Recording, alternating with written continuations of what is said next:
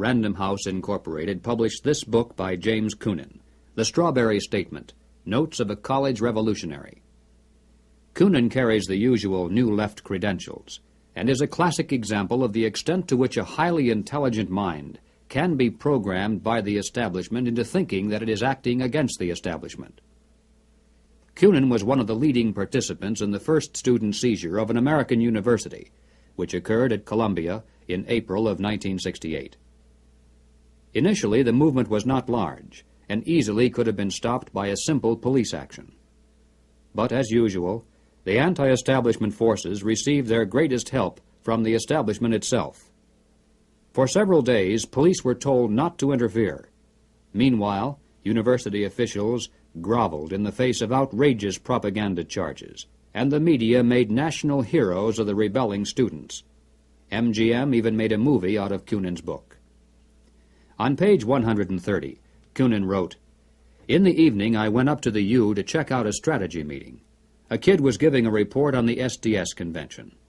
He said that at the convention, men from Business International roundtables, the meeting sponsored by Business International for their client groups and heads of government, tried to buy up a few radicals. They offered to finance our demonstrations in Chicago. We were also offered ESSO, or Rockefeller money.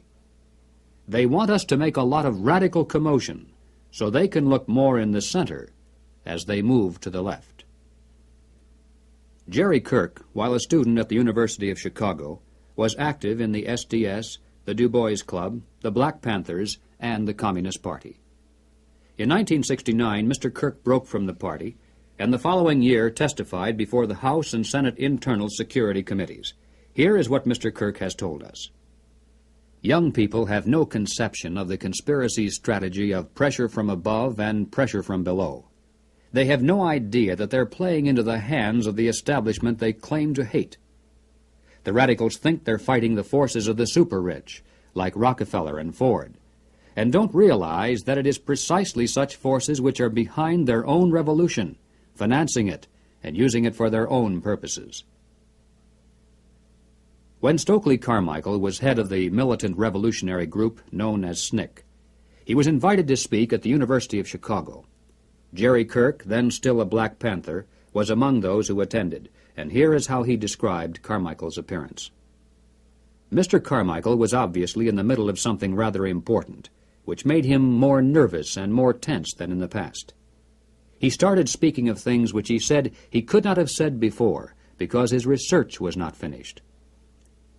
He spoke of the false consciousness of many blacks who believed the Jews were the instrument of oppression of blacks. And he made note of the fact that even though many Jewish people, for example in New York, own quite a bit of land, one must understand that the overwhelming percentages of mortgages in Harlem was owned not by Jewish people, but by Morgan Guarantee Trust, the Morgan family, and Chase Manhattan Bank, the Rockefellers. He repeated the line from the song he liked so well. "Something is happening here, but you don't know quite what it is, do you, Mr. Jones?"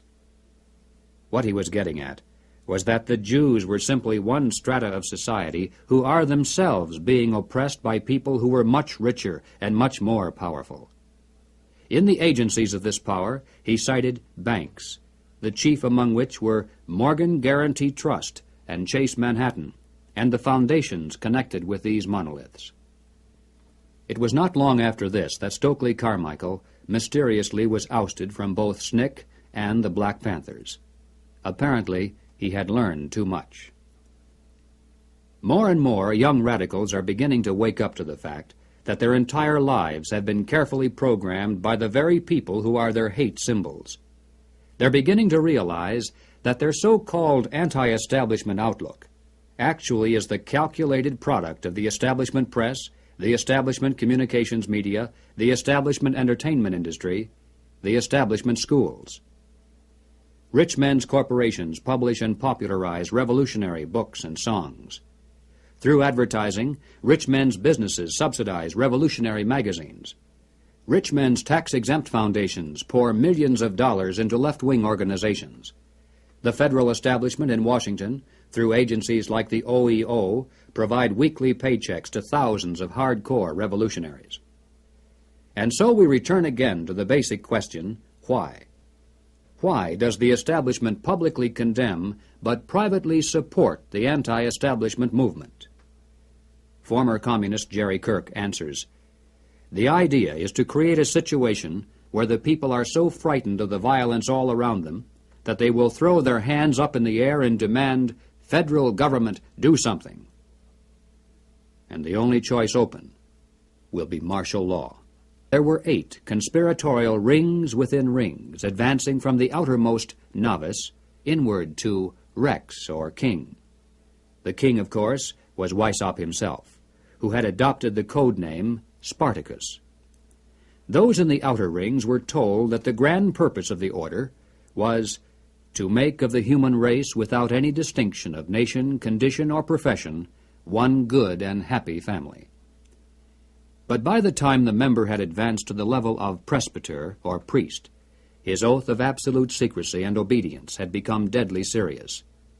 Only then was he allowed finally to see the ultimate goal of the order.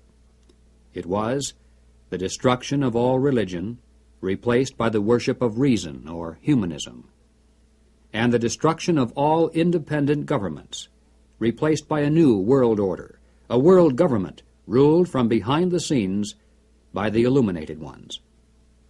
Needless to say, most members were never allowed to see these goals. In the words of Adam Weishaupt himself, "These good folks swell our numbers and fill our money box.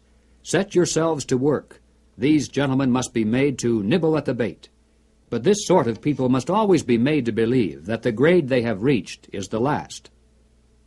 The public record of the Illuminati is quite thin, but it does show that before it was exposed briefly in 1786, it had already enjoyed immense success in attracting into its outer rings some of the most prominent men of Europe. Its roster included important names in both government and finance. It was the most important single force behind the French Revolution. Some years later, an obscure intellectual by the name of Karl Marx joined a conspiratorial circle called the League of the Just. Shortly afterward, this group reformed into still another organization called the Communist League, and in 1847 they commissioned Marx to write their policy statement for the public. It was called the Communist Manifesto. On the surface, the manifesto appealed to the workers of the world to arise against their capitalist exploiters. But it should be noted that the project was supervised by Frederick Engels, a capitalist of substantial wealth. Marx himself was so unimportant that his name didn't even appear on the manifesto for the first 20 years after its publication. In 1920, just 3 years after the Bolsheviks seized Russia, Winston Churchill declared, "From the days of Spartacus Weishaupt to those of Karl Marx, to those of Trotsky, Bela Kun, Rosa Luxemburg, and Emma Goldman, this worldwide conspiracy has been the mainspring of every subversive movement during the 19th century, and now at last has gripped the Russian people by the hair of their heads." What then is our response? Fortunately, it's not necessary that we resolve the historical question of the conspiracy's origin. Regardless of whether there is one controlling group, or 2 cooperating, or 3 competing, or 4, or 10, in practical terms of what can be done about it, our response must be the same.